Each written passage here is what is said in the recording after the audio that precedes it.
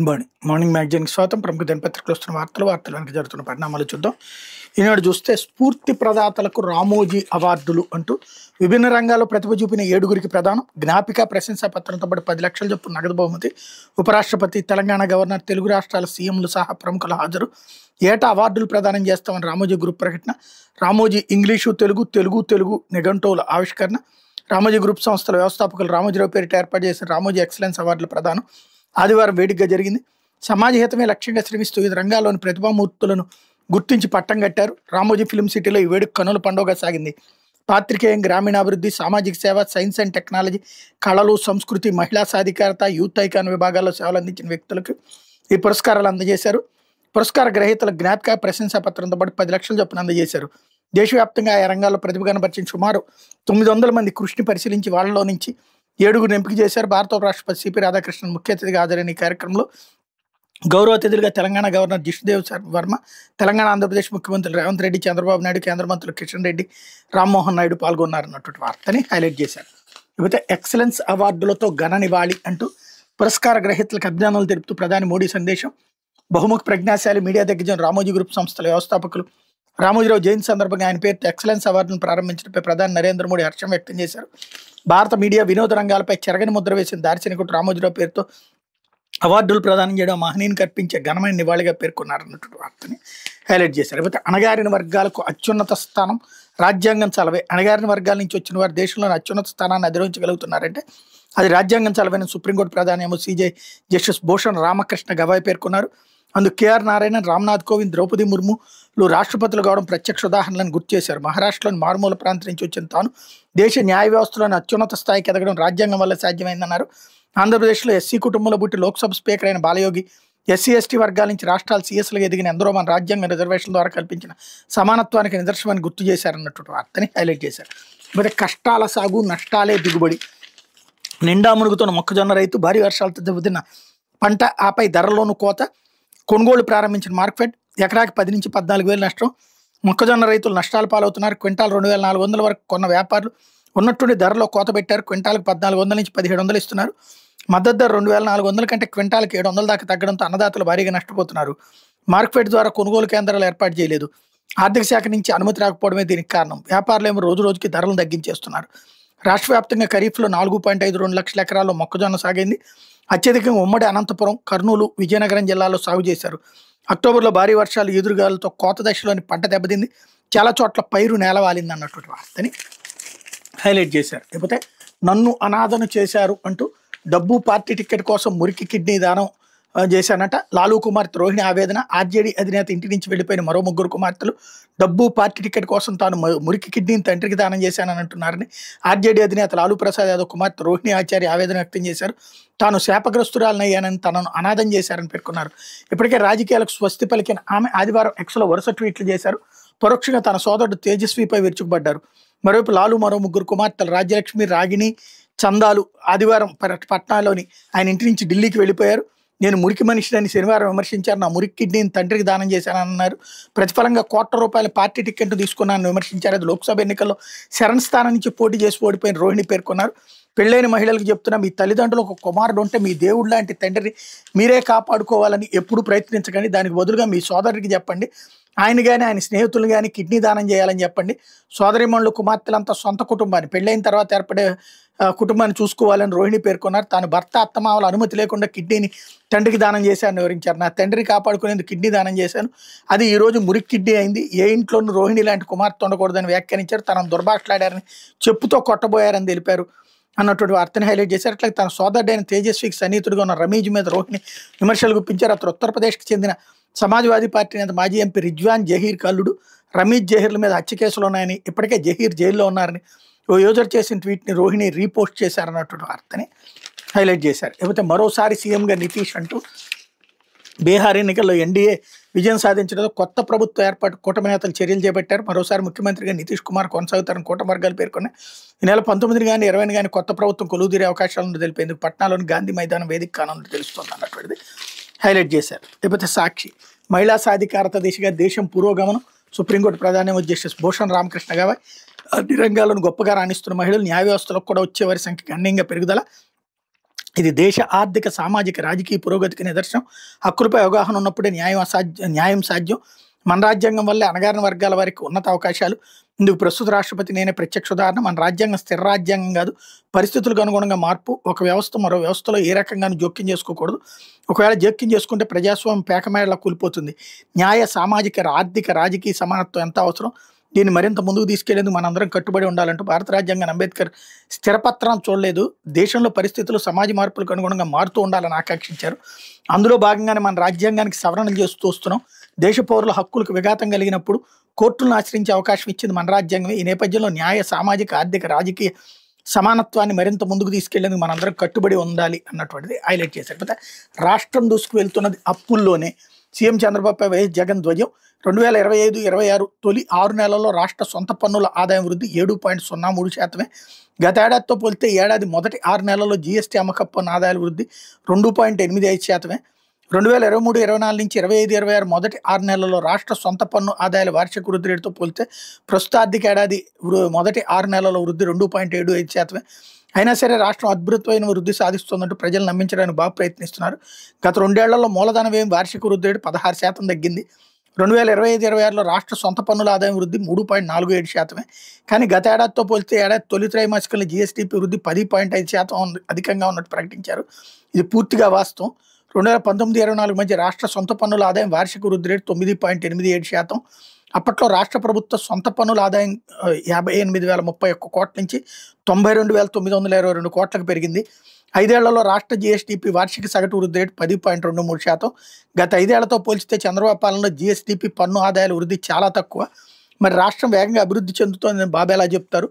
CAG గణాంకాలను ఉటకిస్తూ రాష్ట్ర ఆర్థిక నిర్వహణలో చంద్రబాబు సర్కార్ వైఫల్యానికి కడిగి పారేసిన వైఎస్ జగన్ అన్నటువంటి వార్తని హైలైట్ చేశారు. లేకపోతే వోల్ట్సన్ మరో వరుస.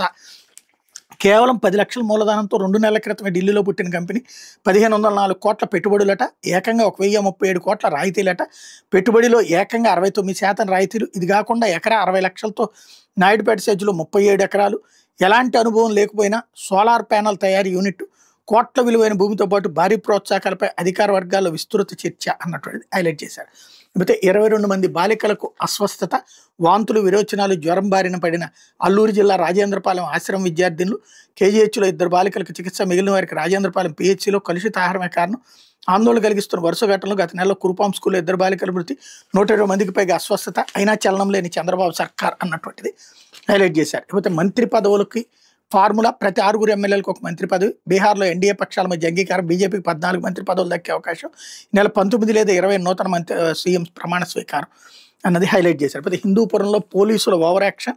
టీడీపీ గూండాల దాడిలో ధ్వంసమైన వైఎస్ఆర్సీపీ కార్యాలయాన్ని పరిశీలించేందుకు వెళ్తున్న పార్టీ నేతలు అడ్డుకున్న పోలీసులు. పెనుకొండ వద్ద వైఎస్ఆర్సీపీ అనంతపురం జిల్లా అధ్యక్షుడు అనంత వెంకటరామరెడ్డి అడ్డగింత. హిందూపురం వస్తున్న ఉషశ్రీ, కేతిరెడ్డి, పెద్దారెడ్డి, మక్బుల్ను అడ్డుకున్న పోలీసులు. ధర్మవరం, పుట్టపర్తి, కదిరి, అనంతపురంలో నేతల హౌస్ అరెస్టులు. వైఎస్ఆర్సీపీ అధికార ప్రతినిధి గోరంట్ల మాధవ్ అనంతపురంలో హౌస్ అరెస్ట్. పలువురు నేతలపై అక్రమంగా ఎస్సీ/ఎస్టీ కేసులు నమోదు అన్నటువంటిది హైలైట్ చేశారు.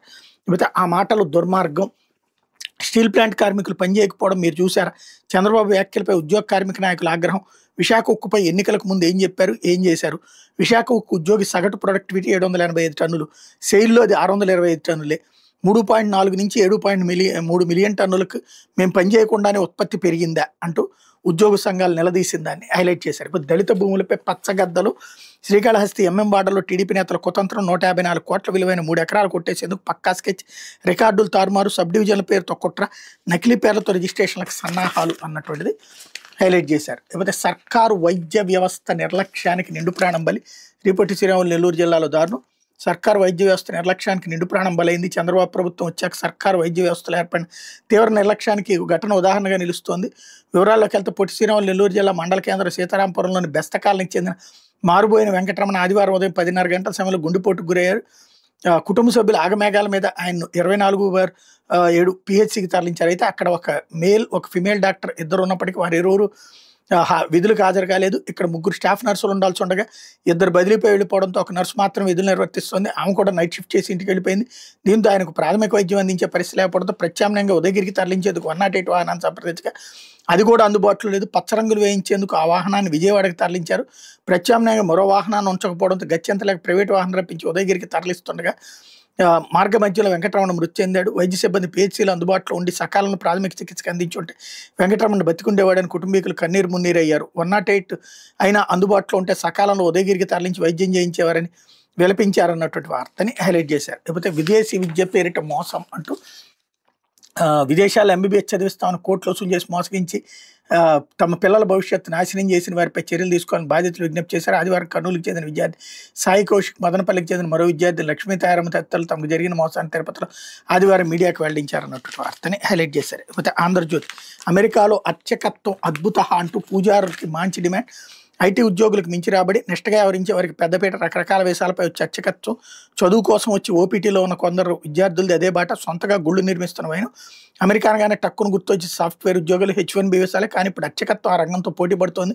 ఐటీ రంగంలో ఉన్నంత అస్థిరత్వం అర్చకత్వానికి లేదు. మంచి విద్వత్తు, సుస్వరంతో మంత్రం చెప్పగలిగే సామర్థ్యం, నిష్టగా వ్యవహరించే అర్చకులకు అగ్రరాజ్యంలో మంచి గిరాకీ ఉంది. ఇప్పుడు ఒక నివేదిక ప్రకారం అమెరికాలో 1000కి పైగా హిందూ ఆలయాలు ఉన్నాయి. 1890లో షికాగోలో జరిగిన సర్వమత సమ్మేళనానికి హాజరైన స్వామి వివేకానంద న్యూయార్క్, శాన్ ఫ్రాన్సిస్కోలో వేదాంత సమాజాలను స్థాపించారు. ఆ వేదాంత సమాజాలు 1905లో శాన్ ఫ్రాన్సిస్కోలో తొలి హిందూ దేవాలయాన్ని నిర్మించాయి. ఆ గుడిని ఓల్డ్ టెంపుల్గా వ్యవహరిస్తారు. ఆ తర్వాత అమెరికా వ్యాప్తంగా పలు రాష్ట్రాల్లో, పలు నగరాల్లో పలు ఆలయాలు నిర్మించారు. వాటిలో భారతదేశానికి చెందిన ప్రముఖ ఆధ్యాత్మిక గురువులు లేదా పీఠాలకు చెందినవి కొన్ని, ప్రవాసులు కలిసినట్లుగా నిర్మించుకున్నవి కలిసికట్టుగా నిర్మించుకుని ఉండగా అమెరికాకు అర్చకత్వం చేయడానికి వచ్చి కొన్నాళ్ల తర్వాత అర్చకులు సొంతంగా నిర్మించిన గుడులు కొన్ని ఉన్నాయి. ఒక శాన్ హోజే డౌన్ టౌన్కి 40 కిలోమీటర్ల పరిధిలో 200 దాకా దేవాలయాలు ఉన్నాయంటే పరిస్థితిని అర్థం చేసుకోవచ్చు. ఈ ఆలయాల్లో అర్చకులుగా నియమించడానికి భారత్లోని ప్రముఖ పీఠాలు, మఠాలు, గురుకులాలు, శిక్షణ పొందిన వేద పాఠశాలలో వేదాధ్యయనం చేసిన వారికి పెద్దపీట వేస్తున్నారు. సాఫ్ట్వేర్ ఉద్యోగానికి H1B వీసా, అలాగే అమెరికాలో అర్చకత్వం చేయాలంటే R1 వీసా కావాలి. ఆలయాల నిర్వాహకులు R1 వీసాపై అర్చకులను తీసుకొచ్చి వారికి జీతభత్యాలు ఇవ్వడంతో పాటు వసతి, బీమా వంటి సౌకర్యాలు కల్పిస్తున్నారు. ఇలా వచ్చిన వాళ్ళకి ప్రారంభ దశలో డిమాండ్ తక్కువగా ఉంటుంది. కానీ ఆలయాల్లో నిలదొక్కుని భక్తులతో పరిచయాలు, సంబంధాలు పెంచుకోవడం మొదలుపెట్టాక వారికి డిమాండ్ పెరుగుతుంది. కొన్నేళ్ల తర్వాత గ్రీన్ కార్డు వచ్చిన అర్చకులు భక్తుల విరాళాల సహకారంతో ఆలయాలు నిర్మిస్తున్నారు. తద్వారా గుడిలో వచ్చే జీతభత్యాల కన్నా ఎన్నో రెట్లు ఎక్కువగా సంపాదిస్తున్నారు. మతపరమైన సంస్థలకు అమెరికా ఆదాయ పన్ను శాఖ 100% పన్ను మినహాయింపు అవడం బాగా కలిసి వస్తుంది. అమెరికాలో అర్చకత్వం చేసేవారి నుంచి మంచి సంపాదన ఉంటుందన్నమాట నిజమే, కానీ అది అందరికీ కాదు. గుడిలో కానీ తమ ఇంట్లో కానీ పూజలు చేసే పురోహితులు నిష్టగా ఉండాలని భక్తులు కోరుకుంటున్నారు. సూర్యోదయానికి ముందే లేచి సంధ్యావందనం చేసుకుని నిత్య నైమిత్త కాలను తూచా తప్పకుండా అనుసరించే వారికి, వేద విద్య, స్మార్త విద్యను బాగా అభ్యసించి ఆచారాలను, సంప్రదాయాలు నిష్టగా పాటించే వారికి డిమాండ్ ఎక్కువ. గుళ్ళు అర్చకత్వంతో పాటు వాహన పూజలు, గృహప్రవేశం, అన్నప్రాసన, సత్యనారాయణ వ్రతం, యజ్ఞాలు, శాంతి పూజలు, దోష నివారణ పూజలు చేయించడానికి భక్తులు అర్చకులను పిలుస్తూనే ఉంటారు. జీతభత్యాలతో పాటు ఏడాది పొడవునా జరిగే ఇలాంటి కార్యక్రమాల ద్వారా అదనపు ఆదాయం సమకూరుతుంది. మంచి కంఠంతో, చక్కటి ఉచ్చారంతో పూజా కార్యక్రమాలు చేయించే పురోహితులు, అర్చకులకు డిమాండ్ ఉంది. వారికి సంభావనలు కూడా భారీగానే ఇస్తారు. ఉదాహరణకు డాలస్లో మామూలు రోజుల్లోని సత్యనారాయణ వ్రతానికి 20,000 నుంచి 30,000 దాకా సంభావన ఇస్తున్నారు. అదే ముహూర్తాల సీజన్లో 30,000 నుంచి 45,000 దాకా దక్షిణగా తీసుకుంటున్నారు. ఇలా వారి ఆదాయం నెలకు 4 లక్షల నుంచి కొన్ని సందర్భాలు 10 లక్షల దాకా ఉంటుందంటే అతిశయోక్తి కాదు. R1 వీసాపై వచ్చి అమెరికాలో ఆలయంలో అర్చకులుగా పనిచేసేవారు భక్తులకు వెళ్ళి వాళ్ళ ఇంట్లో ఏమైనా కార్యక్రమాలు చేయించాలంటే అది గుడికి నిర్ణీత ఫీజు చెల్లించాల్సి ఉంటుంది. ఇంటికి వచ్చి పూజ చేసినందుకు అర్చకులకు ఇచ్చేది అదనం అన్నటువంటిది హైలైట్ చేశారు. లేకపోతే లెక్కర్ స్కామ్లో కటక్కి లేడీ అంటూ లెక్కర్ స్కామ్ జరిగింది. ఏపీలో మద్యం వ్యాపారం నుంచి ముడుపులు వసూలు చేసి దాచింది హైదరాబాద్లో. లెక్కర్ మాఫియా దాచిన నోట్ల కట్టల బాక్సుల్లో 4 ఒరిస్సాలోని కటక్ చేరే ఓ కటక్ కీలేడి తన ప్రియుడితో కలిసి 6 బాక్సులు కొట్టేసింది. కానీ వీటిలో 2 హైదరాబాద్లో తన ప్రియుడు మిత్రుడు కాజేశాడు. గత జగన్ ప్రభుత్వంలో జరిగిన లెక్కర్ స్కామ్లో వెరైటీ దోపిడీ ఇది. మద్యం ముడుపులు వసూలు చేసిన రాజకేశ్ రెడ్డి గ్యాంగులో సైమన్ ప్రసన్ కీలక వ్యక్తి. అతడి బామ్మర్ది మోహన్ బామ్మర్ది అనిల్, అతడి సన్నిహితురాలు రషీత. కటక్ మరో ప్రియుడు ఇర్షాద్ అహ్మద్. మోహన్ ఇంట్లో దాచిన నోట్ల కట్టలను రషీత, ఇర్షాదులు కలిసి కొట్టేశారు. సినీ ఫక్కీలు ఎన్నో పాత్రలు తెరపైకి వస్తూ ట్విస్టుల మీద ట్విస్టులతో ఈ దోపిడీ కథ సాగింది అన్నటువంటి వార్తని హైలైట్ చేశారు. డైరెక్ట్గా డబ్బులు పట్టుకోండి అయ్యా బాబు అంటే పట్టుకోవడం కుదరట్లేదు. కోర్టు కూడా ఆ కేసుని అదే సీరియస్గా తీసుకోవట్లేదు. కాబట్టి ఇప్పుడు కొత్త కథలు అల్లుతున్నారనమాట. జగన్ అప్పుడు అధికారంలో ఉన్నాడు. జగన్ మనుషులే ఇదంతా కుంభకోణం, ఈ డబ్బులన్నీ జగన్వే రాజకేశ్ రెడ్డి అన్నారు. అవి కట్టలు లేకపోతే డబ్బాలు ఎత్తుకుపోతే చూస్తూ ఊరుకుంటాడే జగను? లేకపోతే తెప్పించుకోకుండా ఉంటారా? వాళ్ళు ఒరిస్సాలో ఉంటే ఏంటి, అమెరికాలో ఉంటే ఏంటి? వాళ్ళు ఆస్తులు కూడా కొనేసుకున్నారట, జగన్ మాత్రం తీసుకురాలేదట. ఏమైనా మనం ఎలాంటి కథలైనా అల్లుకోవచ్చు. కనీసం తడికల్లాగా అల్లుతున్నారు వీళ్ళు. కాకపోతే అది ఇటకల్లాగా అల్లు ఉండాల్సింది, మంచి గోడలాగా కట్టాల్సి ఉంది. కాబట్టి తడికల్లాగా అల్లుతున్నారనడానికి సాక్ష్యం ఇది.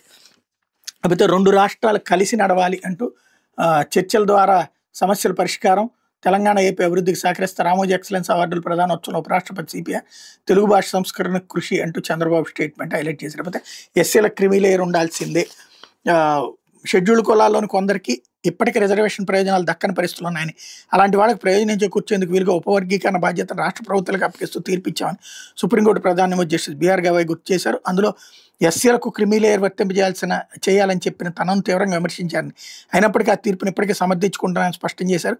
హైదరాబాద్, బెంగళూరు వంటి పెద్ద నగరాల్లో విద్యను అభ్యసించి ఐఏఎస్ కుమారుడు, గ్రామంలో ఉండే పేద వ్యవసాయ కూలీ బిడ్డ ఇద్దరు ఎస్సీ కులాలకు చెందినవారు అయినప్పటికీ ఇద్దరిని సమానంగా చూడలేమన్నారు. అలా చూడటం సమాన అవకాశాలు నిరాకరించడమని సిజేఐ తేల్చి చెప్పారన్నటువంటిది హైలైట్ చేశారు. అయితే ఐబొమ్మ క్లోజ్, బప్పం టీవీ కూడా బంద్.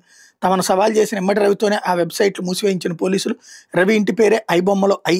రవిని కస్టడీ కోరుతూ పోలీసులు పిటిషన్. రవి ఇలా ఎందుకు చేశాడో మాకు తెలియదు. రవి తండ్రి అప్పారావు స్టేట్మెంట్ హైలైట్ చేశారు. అయితే మీ భూమిలో అడంగల్ మాయ, గ్రామ భూముల రికార్డుని దాచేశారు. మీ భూమి పోర్టల్లో కానరాని గ్రామ అడంగల్, అధికారులు చూసేలా బ్లాక్ చేసిన రెవెన్యూ, అందరికీ అన్ని రికార్డులు అందుబాటులో కూటమి హామీ, పలుమార్లు సీఎం పునరుద్ఘాటన కానీ పారదర్శకతపై సర్కారు స్ఫూర్తికి విఘాతం, గ్రామ అడంగల్ అందుబాటులో ఉంటే దొంగ పనులన్నీ బయటకు వచ్చేస్తే ఆ భయంతో నాడు దాచేసిన జగన్ అదే జాడ్యాన్ని రెవెన్యూ కొనసాగిస్తున్న వైనం. దీని వెనక గూడు పుటాని ఏమైనా ఉందా? రెవెన్యూ తీర్పై సర్వత్రా అనుమానాలు. జగన్ ఉన్నా చంద్రబాబు ఉన్నా అధికార పక్షం వాళ్ళు గ్రామాల్లో భూములు దోచుకోవడం అనేటటువంటిది ఒక సహజసిద్ధ సాంప్రదాయంగా ఉంది. అప్పుడు జగన్ మనుషులు దాస్తే ఇప్పుడు తెలుగుదేశం మనుషులైనా దాచేది అదే. కాకపోతే జగన్ ఒక్కడే దుర్మార్గుడు, ఇప్పుడు వీళ్ళందరూ సన్మార్గులు అని చెప్పి మనం రాసుకొచ్చేటటువంటి నీచాతి నీచ వార్తలు తప్పించి మరొకటి ఉండదు. నిజాయితీగా ఉండేటటువంటి వ్యవస్థలు కరువు అయిపోయినటువంటి రోజుల్లో మీడియాలో కూడా నిజాయితీ చచ్చిపోవడంతోనే ఇట్లాంటి దిక్కుమాల వార్తలు కాసేపు రాసుకుని కాలక్షేపం చేయాల్సి వస్తుంది. లేకపోతే వరి గేమ్ చేంజర్. ఆర్జీఎల్ బీపీటీని తలదన్నే రీతిలో కొత్త వంగడం, సన్నబియ్యం సమస్యకు పరిష్కారం, మోందా తుఫాన్లోనూ పడిపోయిన పంట, దోమపోటు, తెగుళ్ల బెడద తక్కువ, సన్నబియ్యానికి రోజు రోజుకి డిమాండ్ పెరుగుతుంది. ఇట్లాంటి పరిస్థితులు ఆచార్య ఇంజనీరింగ్ విశ్వవిద్యాలయం director of research doctor PV Satyanarayana RGL 7034 పేరుతో నూతన వరి వంగడానికి జీవం పోశారన్నటువంటి వార్తను హైలైట్ చేసి ఎకరాకి 10-15 బస్తాలు అధిక దిగుబడి వస్తుంది అన్నటువంటిది. అయితే మార్చిలోపు మరో 7 ప్రయోగాలు. 2027లో గగన్యాన్, 2028లో చంద్రయాన్ 4, చంద్రుడిపై నుంచి నమూనాలు తీసుకొస్తాం, వరుస ప్రయోగాలు ఇస్రో బిజీ. రాకెట్ల ఉత్పత్తి 3 రెట్లు పెంచేందుకు కృషి, ఇస్రో చైర్మన్ వి నారాయణన్ వెల్లడి అన్నటువంటిది హైలైట్ చేశారు. అయితే ఆ గంటలో ఏం జరిగింది అంటూ గుంతకల్ నుంచి కోమలి వరకు సిఐ సతీష్ ప్రయాణించిన సమయమే కీలకం. ఆదేశిగానే కేసు దర్యాప్తు. 2వ రోజు కోమలిలో సీన్ రీకన్స్ట్రక్షన్, కదులుతున్న రైలు నుంచి బొమ్మను తోసేసి పరిశీలించిన పోలీసులు. A1 పక్క బోగిల్లో పాత నేరస్తులు, వివిధ బోగిల్లో ప్రయాణించిన 13 మంది. ఆ కోణంలో విచారణ చేస్తున్న పోలీసులు అన్నటువంటిది హైలైట్ చేశారు. భూత వైద్యులు అంటూ ఢిల్లీ పేలోడ్ కేసులో వైట్ కలర్ ఉగ్రవాదంపై పోలీసుల దృష్టి. ఆచూకీ లేకుండా పోయిన 15 మంది డాక్టర్లు, మరో 200 మంది పైన దర్యాప్తు సంస్థలనిగా. ప్రియాంక శర్మ అనే వైద్యురాలి అరెస్ట్, విడుదల. ఆమె సెల్ ఫోన్, ఓ SIM card seize. Umar Nabi సహచర్ రషీద్ అలీ అరెస్ట్. పేలిన I-20 కార్ రిజిస్ట్రేషన్ రషీద్ పేరిటే ఉందన్నటువంటిది హైలైట్ చేశారు. అయితే షర్మిల, కవిత, రోహిణి రాజకీయ కుటుంబాల్లో కుటుంబ రాజకీయాల చిచ్చు. తేజస్వి యాదవ్ ఆయన సన్నిహితులను తీవ్రంగా అవమానించారు, చెప్పుతో కొట్టబోయారు, పుట్టింటికి దూరం చేసి అనాథం చేశారు. లాలూ కుమార్తె తేజస్వి సోదరి రోహిణి అన్నటువంటిది హైలైట్ చేశారు. అయితే వచ్చే మార్చి కల్లా 7 ప్రయోగాలు ఇక్కడ కూడా హైలైట్ చేశారు. ఇది దినపత్రికలో వచ్చినటువంటి వార్తలు వెనకాల జరుగుతున్నటువంటి పరిణామాలు.